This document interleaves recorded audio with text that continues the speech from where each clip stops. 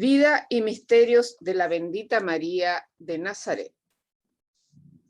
Esta conferencia está basada en el libro La bendita Virgen María, su vida y su misión, por Corinne Hilain.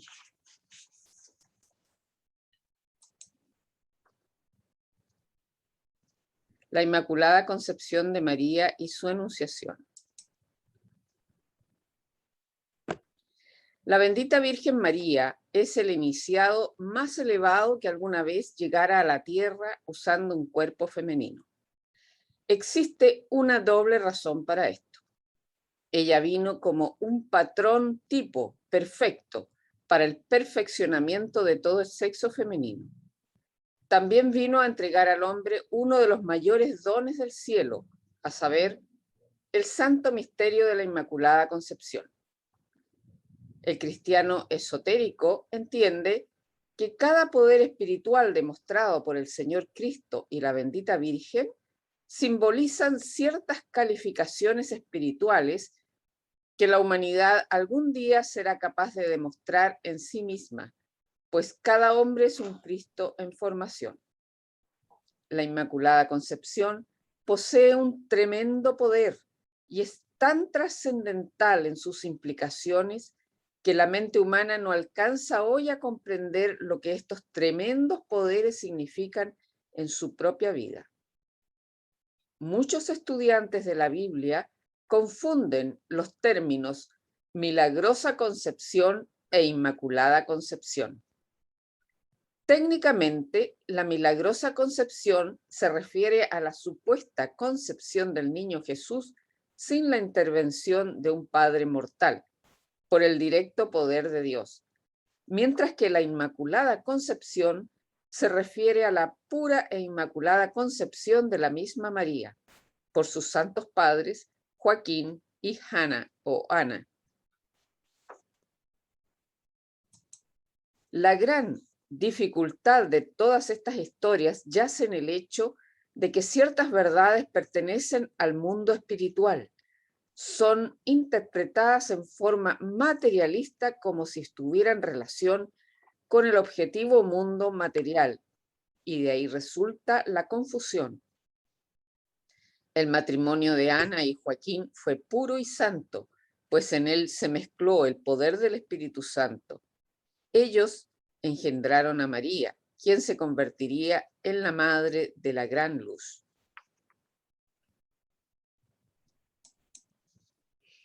Los preparativos para la venida de un gran maestro espiritual o salvador comenzaron generaciones antes del tiempo señalado para su aparición. Los antepasados de María vivieron en pequeñas comunidades rurales y no siguieron las regulares ocupaciones en negocios materialistas, sino que cultivaron la tierra, cuidaron ovejas y produjeron huertos y jardines. Nótese que la referencia al modo de vida atribuido a los antepasados de María es idéntica a aquello de los esenios. El esoterista comprende que tanto Joaquín como Ana eran iniciados de alto grado en los misterios esenios de Israel y que ellos entendían la importancia del intervalo de preparación anterior a la encarnación humana de un iluminado. Así, Joaquín se retiró al desierto con el fin de prepararse para la venida de María, y allí ocupó su tiempo en ayuno y oración.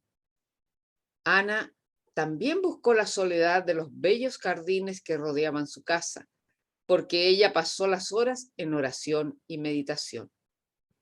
Fue mientras ella estaba así ocupada, cubierta con su dorado vestido de bodas, o, en otras palabras, armonizada con la conciencia del iniciado, que el ángel Gabriel se le apareció. A Joaquín, asimismo, se le apareció en su retiro del desierto, el ángel de la Anunciación, diciendo: «Levántate, oh hijo de David, y ve a tu casa. El Señor le ha concedido la gracia a tu esposa Ana». La influencia de la Santa Niña penetró toda el aura de su madre. Donde quiera que Ana entrara, era precedida por una gran luz. Extraños fuegos salían de sus dedos y cuando ella ingresaba a una habitación donde yacía algún enfermo o donde reinaba la rivalidad, el enfermo se levantaba curado y las disputas eran olvidadas en una penetrante armonía. Tan eficaces para bendecir eran las poderosas emanaciones áuricas de la bendita Virgen, cuando ella estaba todavía en el umbral del mundo de los hombres mortales. La Natividad de María. Fue en los primeros días de septiembre que la feliz futura madre, Santa Ana, fue informada interiormente que el gran espíritu que encarnaba a través de ella estaba acercándose a los confines de la tierra. En la noche del nacimiento, cuando la madre se arrodilló en oración delante de su santuario, una luz radiante y sobrenatural la envolvió y llenó las grietas más remotas de la habitación con su esplendor, pues ella estaba entonces sosteniendo contra su corazón la bendita forma de la niña. Los ángeles corearon triunfalmente y proclamaron que la elegida debería llevar el nombre de María. Grande fue el regocijo con el nacimiento de esta santa niña María. El sumo sacerdote Joaquín y Ana dieron una fiesta y en consideración a la niña el padre hizo generosos obsequios a los pobres. Como todas las almas de maestros que vienen conscientemente a encarnar para un propósito específico, María estaba en completa posesión de todas sus facultades desde el nacimiento. Desde el comienzo de su vida terrestre, ella reconoció a los mensajeros angelicales que la rodeaban y de los cuales recibió guía e instrucción. Desde la más temprana infancia, María llevó la rúbrica en el alma de amor y compasión. Cuando Ana fue llevada al templo en Jerusalén para la fiesta de la purificación, nuevamente fue inspirada para consagrar a su hija al servicio del templo. Y fue aquí donde ella se comprometió a regresar con María para hacer total y completa consagración al Señor en el término de un período de 3 años.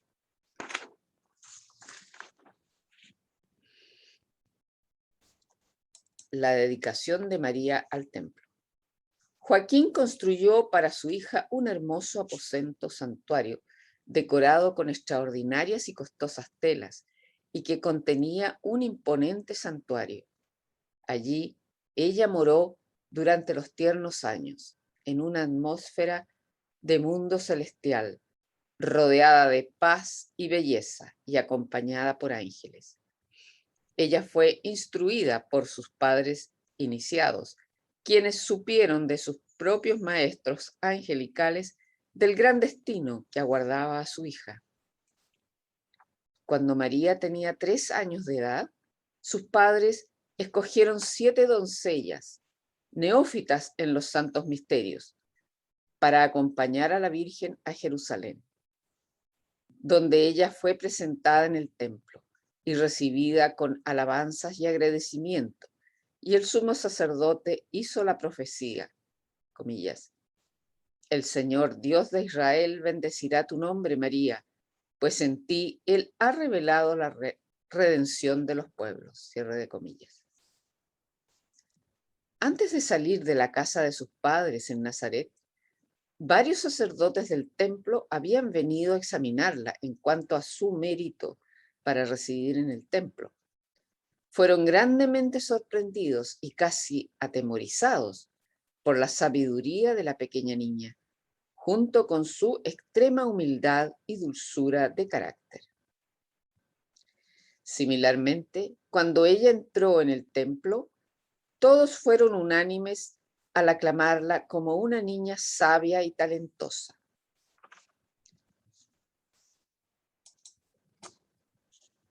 Acompañada por sus padres y la larga procesión de doncellas, portando flores y cantando salmos.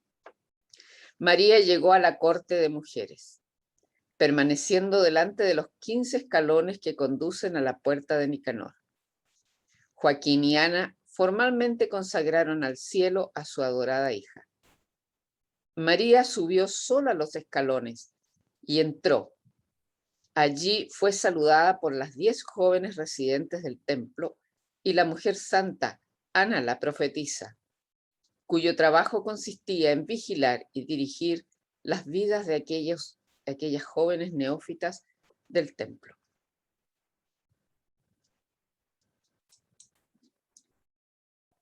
Los maestros de María no eran solo aquellos en encarnación física.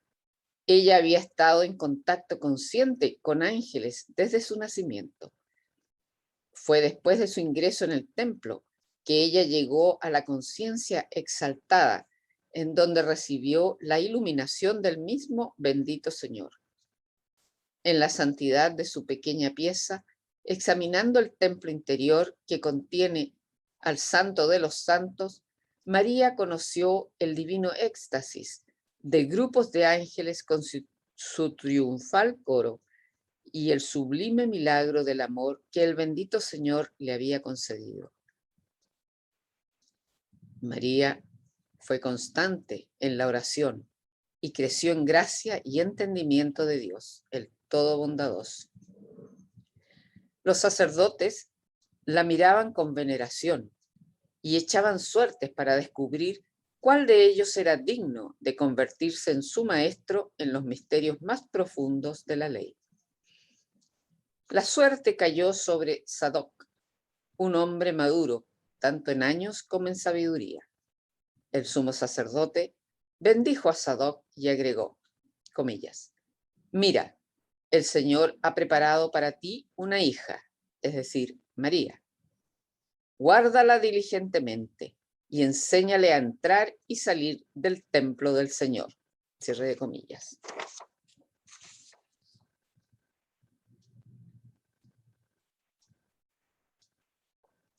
Entrar y salir del templo es, como comúnmente sabemos entre los esoteristas, una frase que tiene referencia con la liberación del ego desde el cuerpo en la iniciación.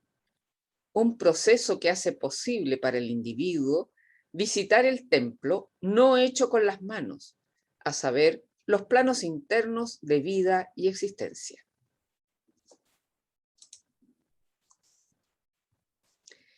El esoterista entiende que el servicio de María en el templo fue un período de disciplina probatoria, en preparación para las elevadas iniciaciones que seguirían, las más elevadas jamás entregadas en esta tierra, a un ego vestido en un cuerpo femenino. Esto requería de un largo y difícil proceso de sensibilización, aún para alguien que posea tan gran logro espiritual como María. La Divina Señora se refirió a esta ardua disciplina en su revelación a Santa Isabel de Schonau en las siguientes palabras, comillas, hija mía, ¿tú crees que yo obtuve todas estas gracias sin trabajo? Pero no es así. Te aseguro que no recibí de Dios ninguna gracia, ni don, ni virtud, sin un gran trabajo, oración continua, deseo ferviente, profunda devoción, muchas lágrimas y mucha aflicción. Cierre de comillas. El patrón es siempre el mismo. El aspirante, después de ser elevado a las alturas, debe ser probado y examinado en las profundidades. Getsemaní inevitablemente sigue a la transfiguración. La pequeña María, después de estos periodos de exaltación, invariablemente sería sometida a las más severas pruebas de toda su vida, en un intento por romper su equilibrio, calma y contacto no interrumpido con la divina luz interior. Una de las más amargas formas de persecución fue la de sus compañeras del templo, quienes, incitadas por las extraordinarias virtudes de María, fueron movidas a extremos de envidia y celos. Ellas trataron por todos los medios de la falsificación para que la despidieran en desgracia del templo. Y para probar aún más allá su fuerza interior, fue en estos momentos cruciales cuando sus ángeles esconderían sus rostros y ella se encontraría en su más extrema soledad. Aunque se entristecía mucho, su pena y sus oraciones eran por aquellos que estaban equivocados y no por sí misma. Ni siquiera una vez la prueba fue tan severa como para quebrantar su fe o ensombrecer su confianza. Sus padres murieron durante este tiempo y a María se le permitió verlos en espíritu y bendecir sus traslaciones. Cuando la santa doncella hubo probado su inmunidad a todo mal, sus experiencias místicas aumentaron, sus facultades espirituales fueron ampliadas y bajo el tierno ministerio de los ángeles guías fue preparada para la próxima aventura del alma. Los esponsales y el matrimonio de María y José. Una vez que el período de educación de María en el templo llegó a su fin, el sumo sacerdote nuevamente buscó guía en el santuario. Vestido con la indumentaria apropiada para la oración, entró al Santo de los Santos e hizo la súplica concerniente a María. ¿Qué debemos hacer con ella? La respuesta fue que todos los varones de la casa de David, conectados con el servicio del templo, fueran convocados, y María debía ser entregada al que se le mostrase cierta señal.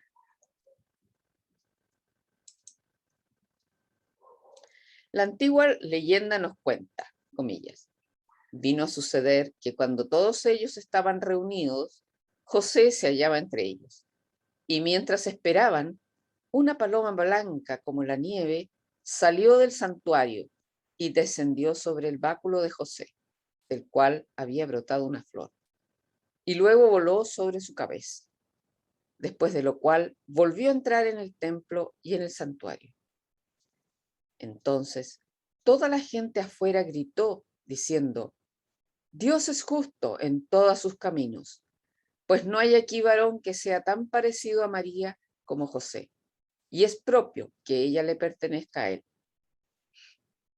De acuerdo con la tradición oculta, tanto María como José eran esenios. Los esenios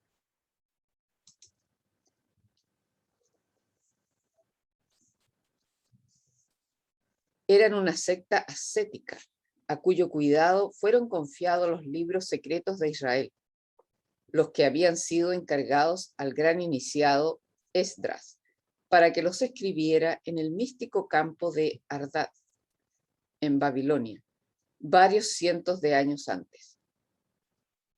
Al principio, estos escritos fueron confiados al cuidado de la Gran Sinagoga, una escuela de iniciación fundada por Esdras. A través de variadas vicisitudes, la mayor parte de los libros de misterios eventualmente vinieron a parar a las manos de la hermandad conocida desde los tiempos helénicos como los esenios, quienes incluyeron en su número a los grandes fundadores del cristianismo. Los esenios estaban divididos en dos grupos, los padres de familia y los iniciados del templo. Los padres de familia se casaban y establecían hogares en las aldeas y ciudades a la usual manera de vida, donde hacían práctica demostración de la santa enseñanza del templo acerca de la Inmaculada Concepción, preparándose mediante estricta disciplina espiritual para la santidad de la paternidad, con el objeto de atraer egos avanzados desde el mundo celestial, quienes deberían fomentar el trabajo de la orden y de la humanidad en general. El grupo más esotérico comprendía a los iniciados, quienes habían tomado el voto de la perpetua virginidad y se mantenían ocultos del mundo, viviendo usualmente en comunidades monásticas aisladas, en donde ellos podían dedicar la vida entera a las cosas del espíritu. Sin embargo, cuando debía hacerse un trabajo especial, también se podía encontrar a algunos de ellos en pueblos y ciudades, y otros vivían en los límites del templo, en la misma Jerusalén, y realizaban los deberes necesarios para el culto del templo, de acuerdo a las demandas de la costumbre y la tradición. A estos hermanos iniciados se les llamaba los misterios del vapor, se les enseñaba los misterios del vapor ígneo en el cuerpo humano, su naturaleza, su origen y el sendero de su ascenso a la cabeza, para ser usado allí en varias clases de actividades creativas, mentales, espirituales, y para estimular las funciones de las glándulas pineal y pituitaria, cuyo despertamiento hace al hombre más que hombre. La presencia de estos dos órganos espirituales en la cabeza era conocida por los antiguos iniciados. Allí, en el cerebro, el fuego serpentino tiene su verdadero hogar, pero ha descendido por medio de la médula oblonga a través de la espina hasta los órganos inferiores de la generación física. María y José pertenecían a la orden iniciática más elevada, por eso es que su sacrificio fue mayor al salir al mundo para afiliarse con el grado menor de los padres de familia. Las más antiguas leyendas establecen que José era un hombre en la flor de la vida y no un anciano como generalmente se le describe. La gran edad que se le confiere es puramente simbólica, teniendo que ver con su enorme sabiduría más que con el número de sus años. Según las antiguas leyendas, José era hijo de prósperos padres, quienes vivían en una hermosa hacienda cerca de Belén. José era completamente diferente a sus hermanos más terrenales, quienes a menudo hacían burla de su extrema simplicidad y total humildad, y les disgustaba mucho que él no hiciera ningún esfuerzo por progresar en el mundo. Pues desde sus tempranos años José había estado consciente de las comunicaciones angelicales. Su vida había sido guiada por estos seres celestiales y no tenía otro interés que el de procurarse el logro espiritual. A la edad de 12 o 13 años, José se consagró enteramente a una vida de castidad, santidad y oración.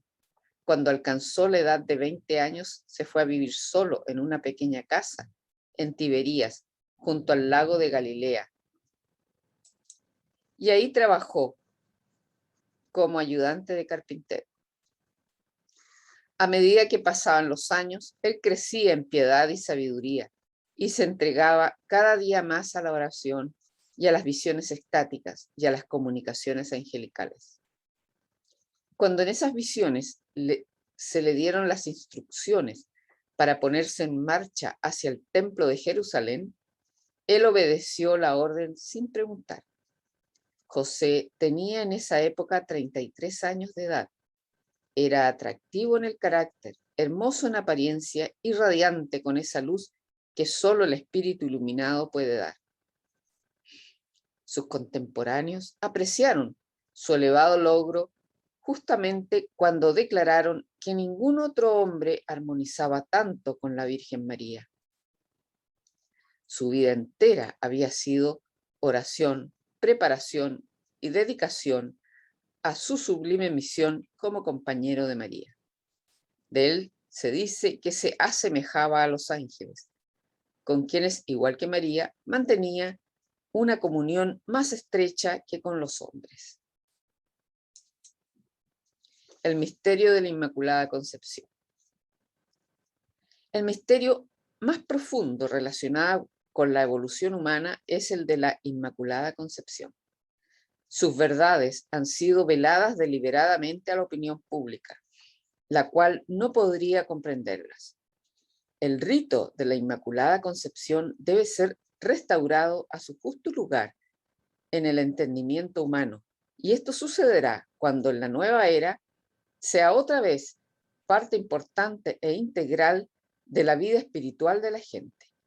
Para entonces, las verdades en otro tiempo enseñadas en secreto a los pocos en los templos volverán a ser entregadas abierta y libremente a todos los que las busquen.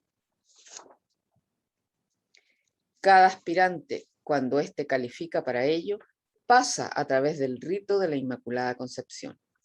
Es necesario un largo periodo de preparación para tan elevado logro, un periodo que se extiende a través de muchos tiempos de vida. Durante los primeros periodos de la evolución humana, el sistema nervioso simpático, la avenida particular para las fuerzas del femenino cósmico, eran dominantes. Pero como el ego descendía más y más en el materialismo, los poderes femeninos residentes en el sistema nervioso simpático se durmieron largamente. Después de eso, el ego trabajó mayoritariamente a través del sistema nervioso cerebroespinal, el cual es la piedra angular de la iniciación moderna. La columna femenina está siendo construida mientras el rayo de amor de Venus es sobreseído por la fuerza espiritual más elevada de Urano, exaltado en Escorpión, el signo de la regeneración. A medida que este tremendo poder regenerativo comienza a operar dentro del cuerpo, gradualmente se forma un segundo puente entre las dos columnas que atravesará el centro de la garganta en la laringe, a la vez que el místico esotérico encontrará y volverá a usar el potente poder creativo de la hasta ahora palabra perdida.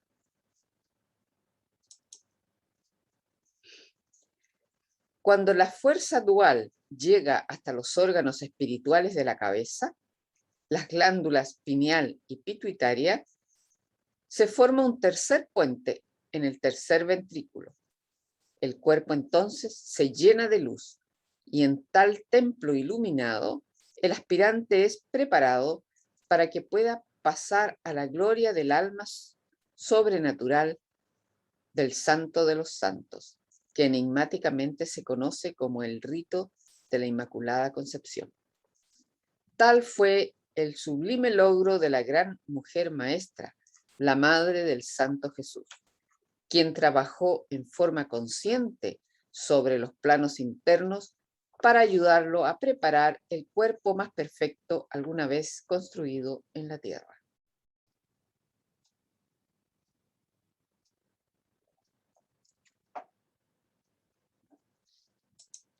La iniciación de María a los pies de la cruz. Las últimas experiencias iniciáticas de María ocurrieron en conexión con la crucifixión de Jesucristo y los acontecimientos asociados a ella. Fue durante la resurrección de la mañana de Pascua que las experiencias iniciáticas de la bendita Virgen llegaron a su culminación. María describió a los discípulos estas trascendentales experiencias cuando asumió el liderazgo del trabajo esotérico cristiano que siguió a la ascensión del Señor Cristo, como se relata en la literatura apócrifa. Llegar hasta la sublime esfera espiritual del Cristo significa el logro de la conciencia cristificada y el desarrollo del poder dual o andrógino del Espíritu Santo. Cuando, habiendo terminado todas las iniciaciones pertenecientes a la tierra, el Espíritu está listo para vivir con los ángeles. Tal era el logro de la Divina María, suprema entre las mujeres iniciadas del mundo. Por esa razón es que ella fue elegida como líder de los primeros cristianos, después de la ascensión de Cristo, y a causa de haber recibido ella el profundo respeto y homenaje de la Iglesia desde siempre. Ella es verdaderamente la Madre Angelical de toda la humanidad. La bendita María y el misterio del Espíritu Santo. La divina esencia de la vida creativa es irradiada sobre la tierra por los querubines, la jerarquía de Cáncer.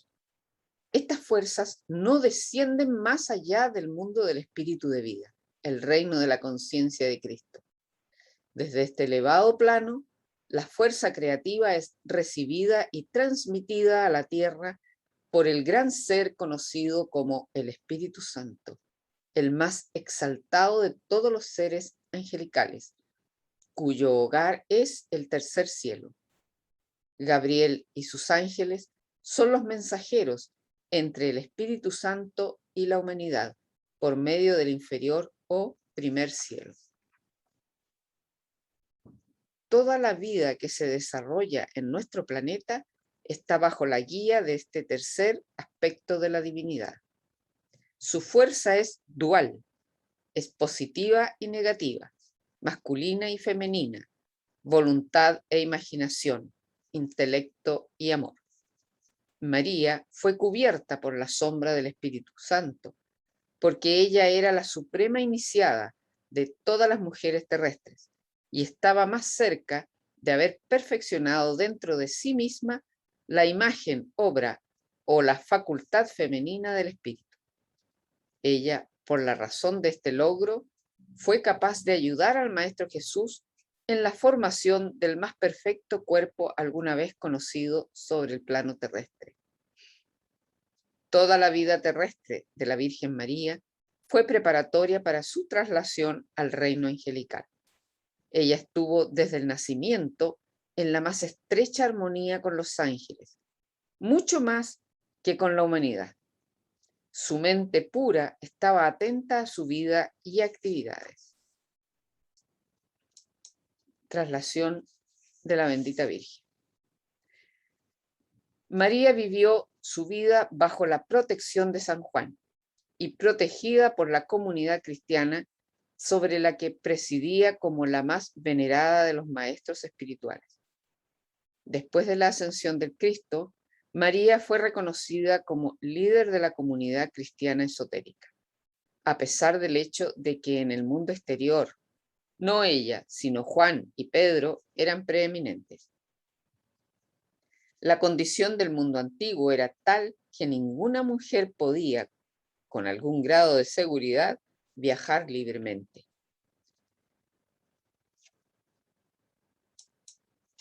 No debe asombrarnos que la influencia de María y de otras mujeres santas no sea tan fácilmente revelada como la de los hombres, pues pocas mujeres fueron tan audaces como la doncella Tecla, quien, desestimando murmuraciones viciosas, insistió en acompañar a Pablo en sus viajes por el imperio.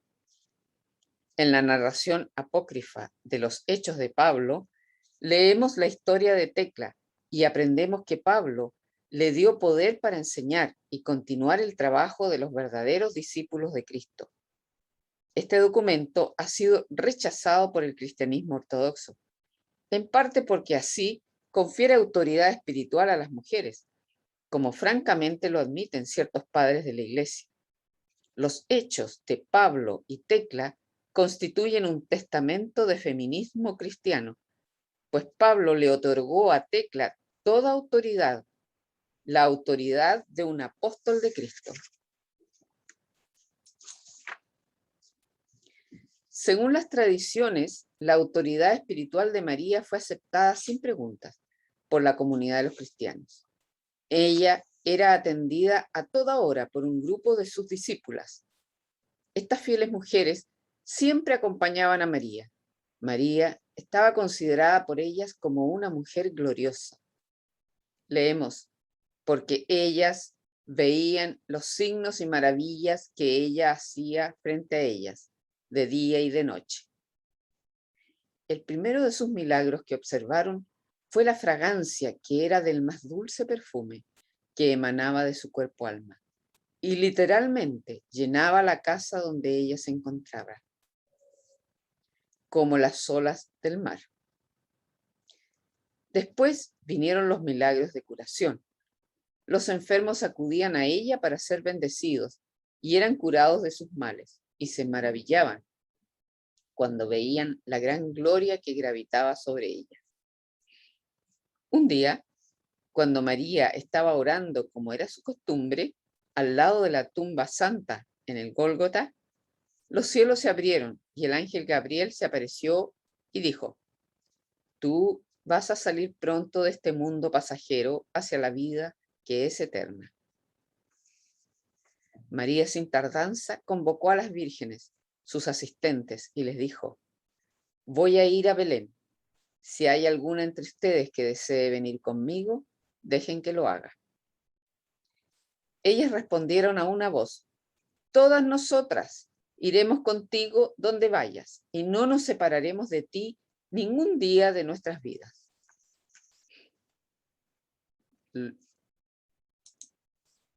Los discípulos del Maestro, luego del descenso del Espíritu Santo en Pentecostés, se dispersaron por varios países, proclamando las buenas noticias de los nuevos misterios.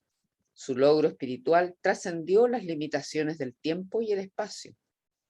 Estaban acostumbrados, en la mística hora de la medianoche, a viajar en sus vehículos espirituales para reunirse con María en su santuario de Belén.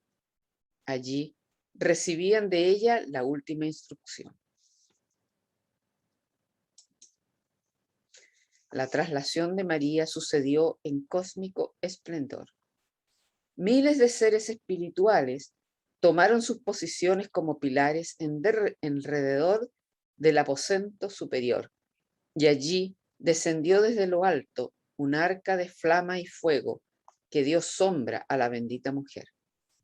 María entonces vio una luz tan gloriosa que no se puede describir, y los ángeles empezaron su canto. La luz brilló sobre la cara de María.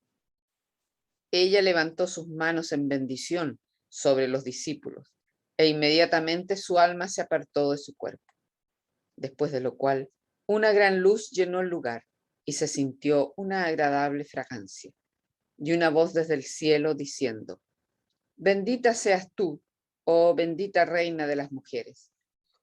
Entonces se produjo una gran quietud y aroma de dulces especies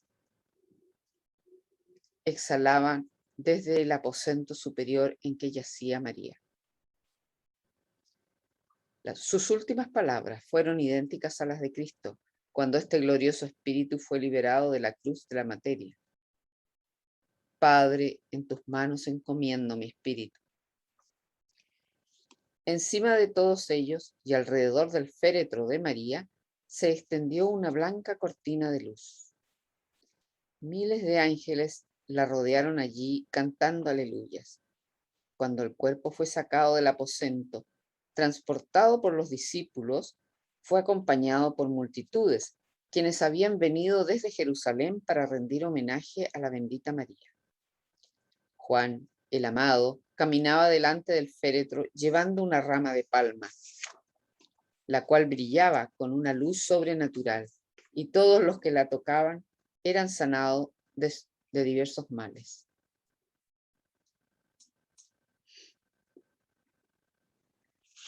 A un costado del Monte de los Olivos había una caverna nueva, en la que ningún muerto había sido enterrado.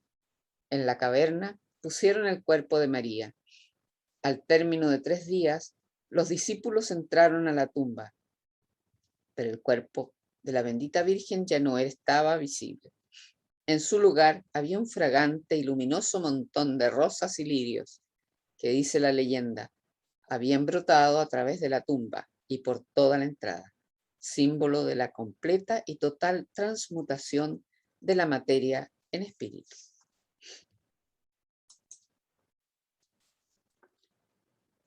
El acontecimiento coronador del trabajo de Cristo sobre la tierra fue su demostración al hombre que él no necesitaba morir.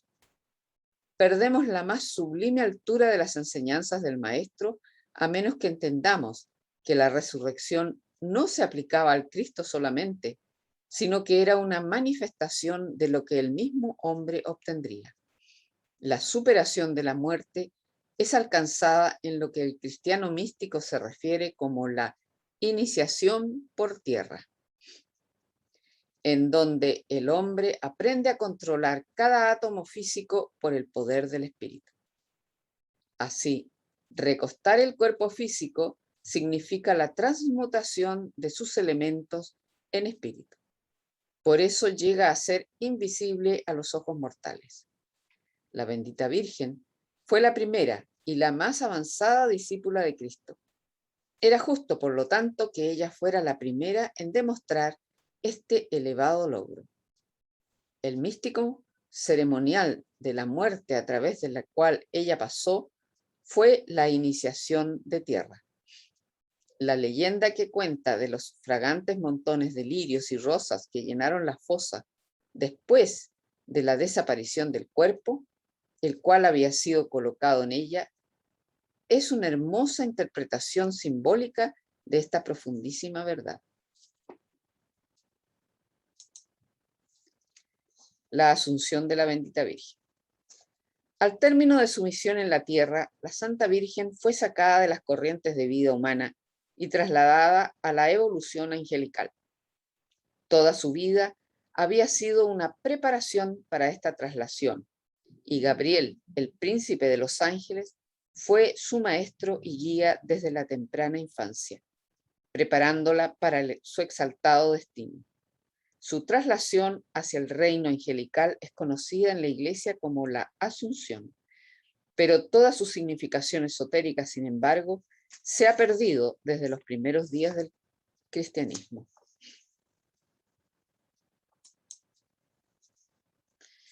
Aunque María ahora ha llegado a ser una con los huestes angelicales, ella continúa trabajando con la tierra y su humanidad. El centro desde el cual se disemina su trabajo es la divina Jerusalén, el lugar de gloria contemplado por Juan en su Apocalipsis. La divina Jerusalén, que brilla en los mundos celestiales sobre su contraparte terrestre, es el hogar de la verdadera iglesia esotérica. Es el templo iniciático del cristianismo místico. Fue en este glorioso lugar donde María fue introducida por el Maestro Jesús al momento de la Asunción.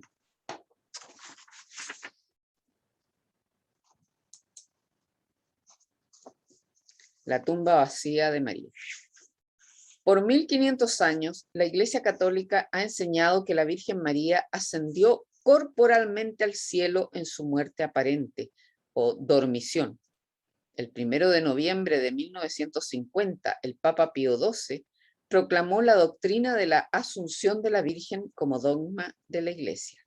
Es decir, ahora era obligación que cada creyente verdaderamente católico aceptara esta doctrina como un artículo de fe.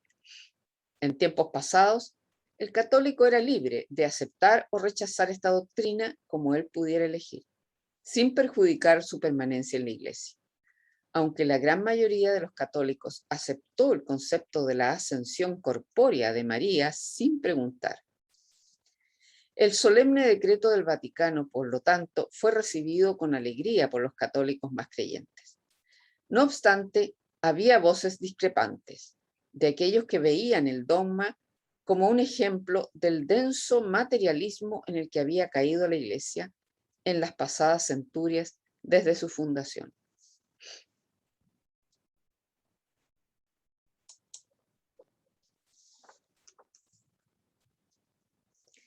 La Iglesia ha olvidado que el hombre posee cuerpos más finos que el físico. Ignora el proverbio de Pablo de que existen cuerpos terrestres y cuerpos celestiales.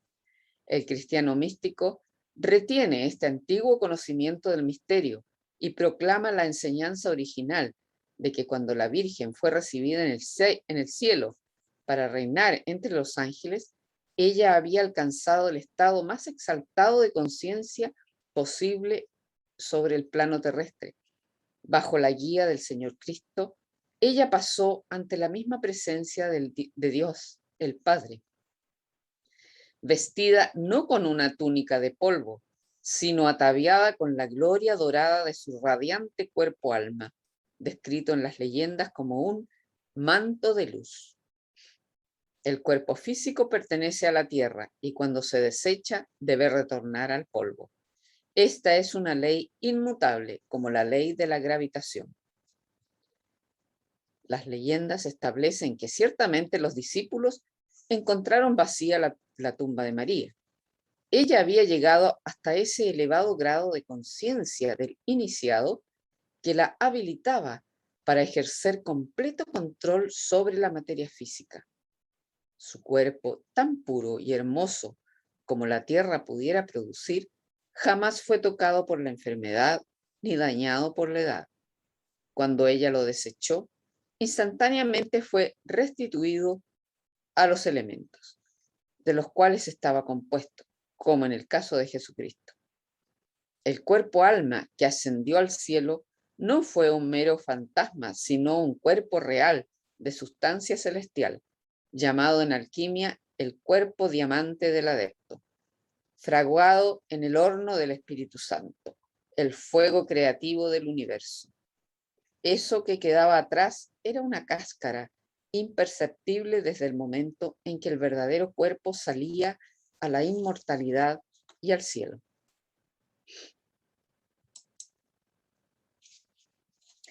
Mientras mucho del material anterior se ha sacado de las leyendas que han crecido alrededor de la bendita señora en el curso de las centurias y puede, por lo tanto, hallarse fuera del dominio estrictamente histórico, ellas son, no obstante, portadoras de verdades espirituales y pueden servir mucho mejor para la revelación de la vida interna y la sublime misión de esta exaltada alma que los meros detalles pertenecientes solo a los sucesos externos experimentados en el recorrido diario de su vida personal.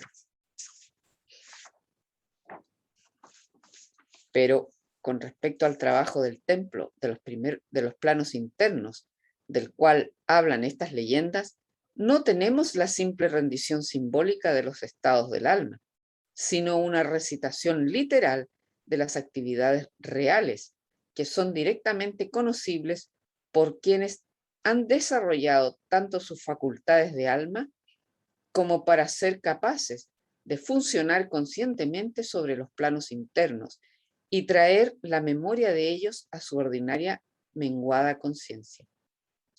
Es el testimonio vivo de los videntes de nuestro propio tiempo el que pone el sello de autoridad sobre las verdades esenciales incluidas en las poéticas leyendas de las primeras centurias.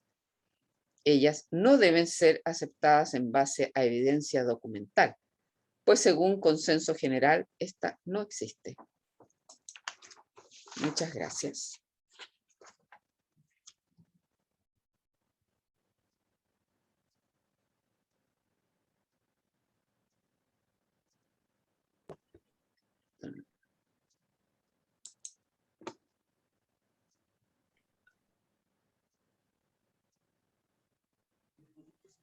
Gracias.